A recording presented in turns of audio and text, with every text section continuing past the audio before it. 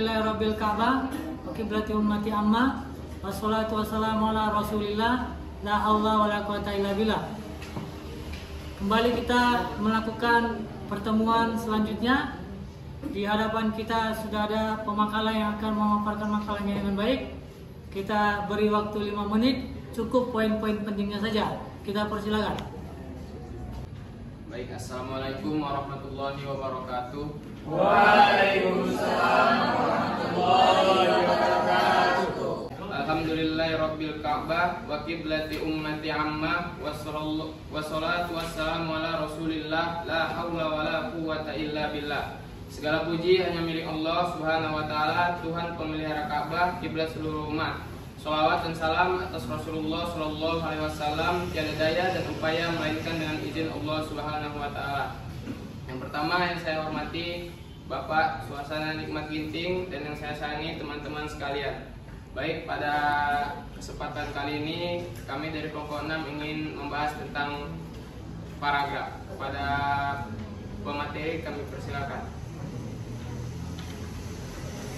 Definisi paragraf. Setiap orang membaca satu tulisan ataupun buku media massa maka akan menemukan paragraf. Karena paragraf adalah bagian-bagian karangan yang terdiri dari atas beberapa kalimat yang berkaitan secara utuh dan padu serta membentuk satu kesatuan pikiran.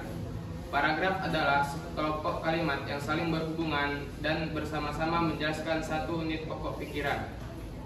Jika dilihat dari pendapat para ahli, pada dasarnya mereka mempunyai pandangan yang sama mengenai paragraf, bahwa paragraf selalu mempunyai ide pokok atau gagasan utama yang digunakan untuk membangun kesatuan kalimat dalam suatu paragraf.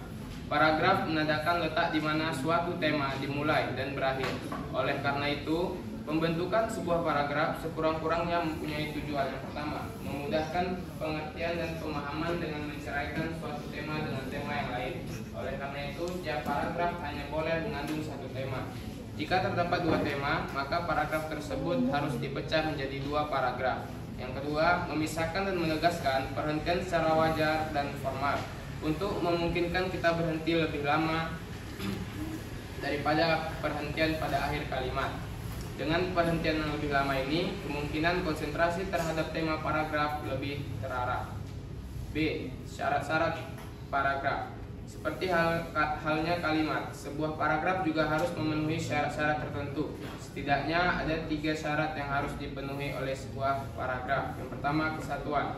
Tiap paragraf hanya mengandung satu gagasan pokok atau satu topik. Fungsi paragraf ialah mengembangkan topik tersebut. Oleh sebab itu, dalam pengembangannya tidak boleh terdapat unsur-unsur yang sama sekali tidak berhubungan dengan topik gagasan pokok tersebut.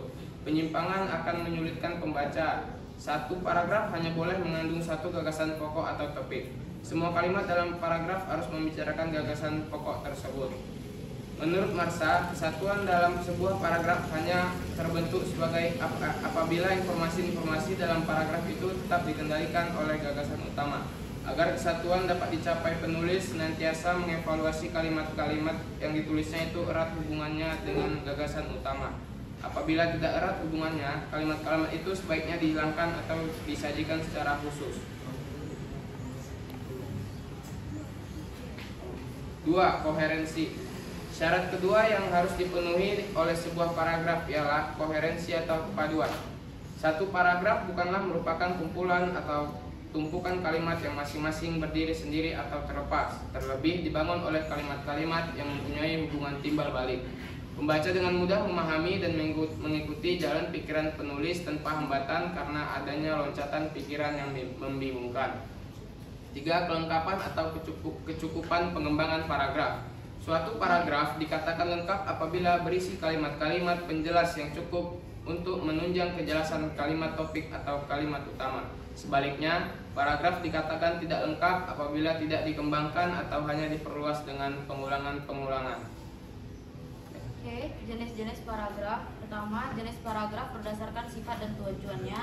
A. Paragraf pembuka. Setiap jenis karangan akan mempunyai paragraf yang membuka atau menghantar karangan itu atau menghantar pokok pikiran dalam bagian karangan itu. Oleh sebab itu, sifat dari paragraf semacam itu harus menarik minat dan perhatian pembaca, serta sanggup menyiapkan pikiran pembaca kepada apa yang sedang diuraikan. Paragraf yang pendek jauh lebih baik baik karena paragraf-paragraf yang panjang hanya akan menimbulkan kebosanan pembaca. B. Paragraf penghubung. Paragraf penghubung adalah semua paragraf yang terdapat di antara paragraf pembuka dan paragraf penutup. Inti persoalan yang akan dikemukakan penulis terdapat dalam paragraf-paragraf ini. Oleh sebab itu, dalam membentuk paragraf-paragraf penghubung harus diperhatikan agar hubungan antara satu paragraf dan paragraf yang lainnya itu teratur dan disusun secara logis. C. Paragraf penutup. Paragraf penutup adalah paragraf yang dimaksudkan untuk mengakhiri karangan atau bagian karangan. Dengan kata lain, paragraf ini mengandung kesimpulan pendapat dari apa yang telah diuraikan dalam paragraf-paragraf penghubung. 2. Jenis paragraf berdasarkan letak kalimat utama. A. Paragraf deduktif. Paragraf deduktif adalah paragraf yang dimulai dengan kalimat utama disusul penjelasan atau uraian secara lebih rinci dengan mengikuti pola urutan pesan dari umum ke khusus. Fungsi paragraf deduktif ini terutama menegaskan suatu pikiran pokok, pernyataan atau kesimpulan untuk segera diketahui dan dicatat oleh pembaca. B. Paragraf induktif. Paragraf induktif adalah paragraf yang dimulai dengan kalimat penjelas yang menekankan bagian-bagian atau unsur terkecil disusul dengan penjelasan bagian-bagian yang lebih besar sebelum kemudian diakhiri dengan kesimpulan atau kalimat penegas. Terakhir, pengembangan paragraf. Menurut Murtado, pengembangan paragraf dapat dilakukan dengan 3 cara, yaitu 1. Memberikan contoh. Contohnya, kinerja pemerintah sekarang semakin mengecewakan. Contohnya, jumlah pengangguran makin bertambah, iklim usaha makin lesu, harga barang dan jasa terus melambung tinggi, korupsi merajalela, dan perilaku para wakil rakyat hanya berpihak pada kepentingan pribadi dan kelompoknya masing-masing. Mereka lupa pada rakyat yang telah memilihnya. Yang kedua, memberikan alasan-alasan. Contohnya, saya protes bukan karena tidak senang dipanggil haji. Muslim manakah yang tidak ingin menunaikan ibadah haji ke Baitullah? Bukankah berziarah di pusara Nabi, tawaf di Ka'bah, berdiam di Arafah sembari memohon ampun kepada Ilahi, serta berdoa di tempat-tempat mustajab merupakan impian setiap muslim? Kenyataannya, saya memang belum haji. Saya juga tidak pernah membayangkan bisa melaksanakan haji ketika usia 35 tahun. Maklumlah, saya hanya PNS golongan 3 dengan kebutuhan hidup yang lumayan besar.